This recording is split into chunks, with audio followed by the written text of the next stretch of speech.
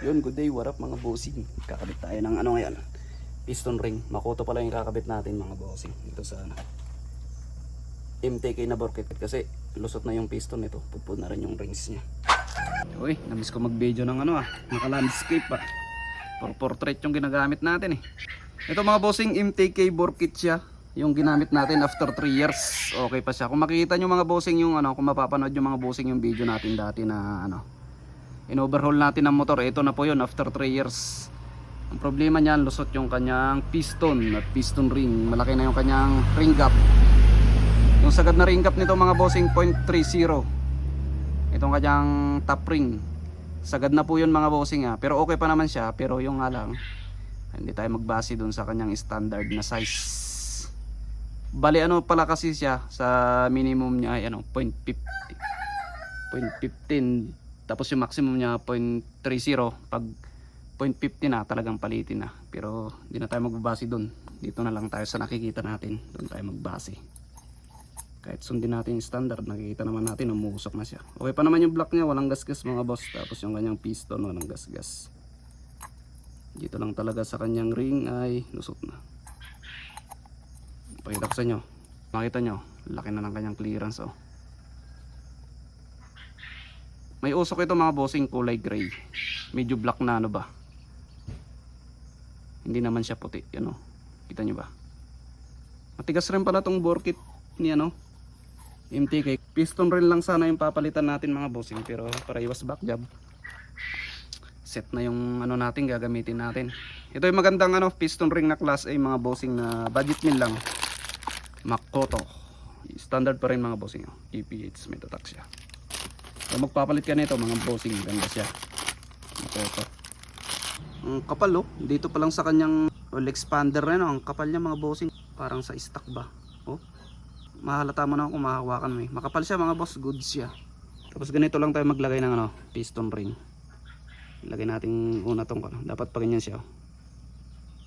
Yan, pataas yun. Makita nyo yung pinagputulan na yun. Pag ganyan siya, pataas. Nakatutok sa intake. Yan. Wala namang problema kahit magkabaliktad yan, pero sundin pa rin natin yung Tapos ang kapal lang kanyang oil ring mga bossing compare natin doon sa oil ring ng MTK. Ito yung kay MTK yan mga bossing. Ito yung kay Makoto. Tapos kung mahawakan nyo, mapapansin nyo talaga na manipis ito, malambot siyang ganyan compare dito na matigas. Matigas dito ang lambot ito yung kanyang bottom oil ring. Lalagay natin dyan. Oil ring. Ganun, di ako marunong ma-explain mga bossing, pasensya na yan. At dapat po pag nakapit ko ng piston ring, itong may mga marka na yan, dyan pa rin sa taas yan mga bossing. Yan. Wala nang problema kahit magkabaliktad yan. Pero mas maganda pag nasa taas pa rin siya. Standard pa rin. Nilagay na natin yung kanyang mga bossing, yung oil expander, then yung bottom ring and yung top oil ring. Then sunod natin tong pangalawa, itong nasa gitna. Yan siya. Ito yung matalas mga bossing na kulay itim. Ayaw mag-focus ang camera natin Matalas po yan, kung hawakan nyo magkabilaan yan. Yan matalas po yan Ito yung top ring nyo. Hindi siya matalas, kahit hawakan mo hindi siya nakakasugat. Pero itong nakakasugat dito yan sa gitna yan mga boss. At ito mga bossing, ganito yung diskarte na ginagawa natin sa pagkakabit ng piston ring dito sa kanyang piston. Ayan, hindi ko na sinusunod yung mga kagaya ng tutorial ng iba. Basta ang ginagawa ko, magkakahiwalay siya. Basta yung kanilang mga ring gap na yan, hindi mo itatapat dito. Kasi dito banda sa na to, piston, medyo paublong kasi itong piston na to yung mga piston natin. Dito talaga yung medyo masikip banda dyan. Kaya dito natin itatapat dyan, linya na yan, paikis ba. Dito yung mga ring gap nya. Yan. Kasi medyo yan, mas maliit yung, medyo mas dikit ba yung kanilang ring gap kasi mas mahigpit dito. Pag dito kasi sa gitna, mas malaki yung kanilang clearance, lulusot yung langis. Pero umiikot naman to pag nasa loob ng makina, kahit ayusin mo ng mabuti. Pero para maiwasan yung magkakatapat sila, mas maganda huwag natin pagtatapatin. Ganyan po yung ginagawa natin Diba ito yung intake nya. Itong kanyang top ring, dito po siya, dito ko nilalagay. Din yung kanyang yung matalas na yan kanina dito po banda. Bali magkaganyan sila. Yan yung kanyang oil ring naman mga bossing, dito po siya. Dito yung isa, saan ba yung top? Ito yung top niya, yan. Tapos dito naman yung bottom ring gap. Yun, tumapat na dun. Dapat hindi dyan yan. Dyan dapat yan. Tapos yung kanyang oil expander, dito siya nakatapat na nakapatas siya.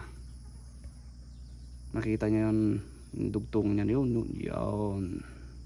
O kung makita nyo, kahit umikot-ikot yung na yan, gumalaw-galaw yung ring gap niya yan, wala siyang katapat dito na ring gap. Yung nasa gitna na yan. Nandito pa siya. Kahit magkatapat yan dito, o kaya naman yan, tumapat dito sa kanyang pinakailalim na piston, pinakailalim na oil ring. Meron pa rin tong kanyang pumapagitan na top ring na yan. Kaya hindi pa rin lulusot yung langis. Sim lang din dito sa kabila. Kahit tumapat yung yung top ring na yan dito sa dito sa nasa baba na yan, yan kahit magkatapat sila. Meron pa rin tong nasa gitna, di ba? Matagal naman natin ginagawa yun mga bossing, pero hindi naman tayo naka-experience na umuusok. Kasi kung minsan kahit na sundin niyo yung mga kagaya ng iba, yung mga tutorial ng iba, kasi yung standard kasi yung ganun mga bossing.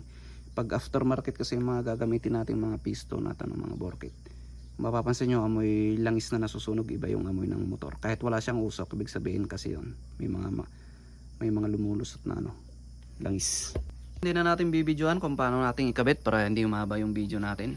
At alam nyo naman ang gagawin nyo dyan mga bossing, napaka basic lang naman. Kaya nyo namang nabaklas So titesting na lang natin mamaya, papakita ko sa inyo. At update natin mga bossing, ito na po yung kinabitan natin ng piston ring na Makoto. Napakaganda po ng kanyang andar. Wala na yung medyo lagapak na tunog niya kasi nga lusot yung kanyang piston at piston ring. Mga boss, wala na siyang usok. Ganda na naman yung kanyang andar. Sana makatulong video na to mga boss. Ride safe. Peace out.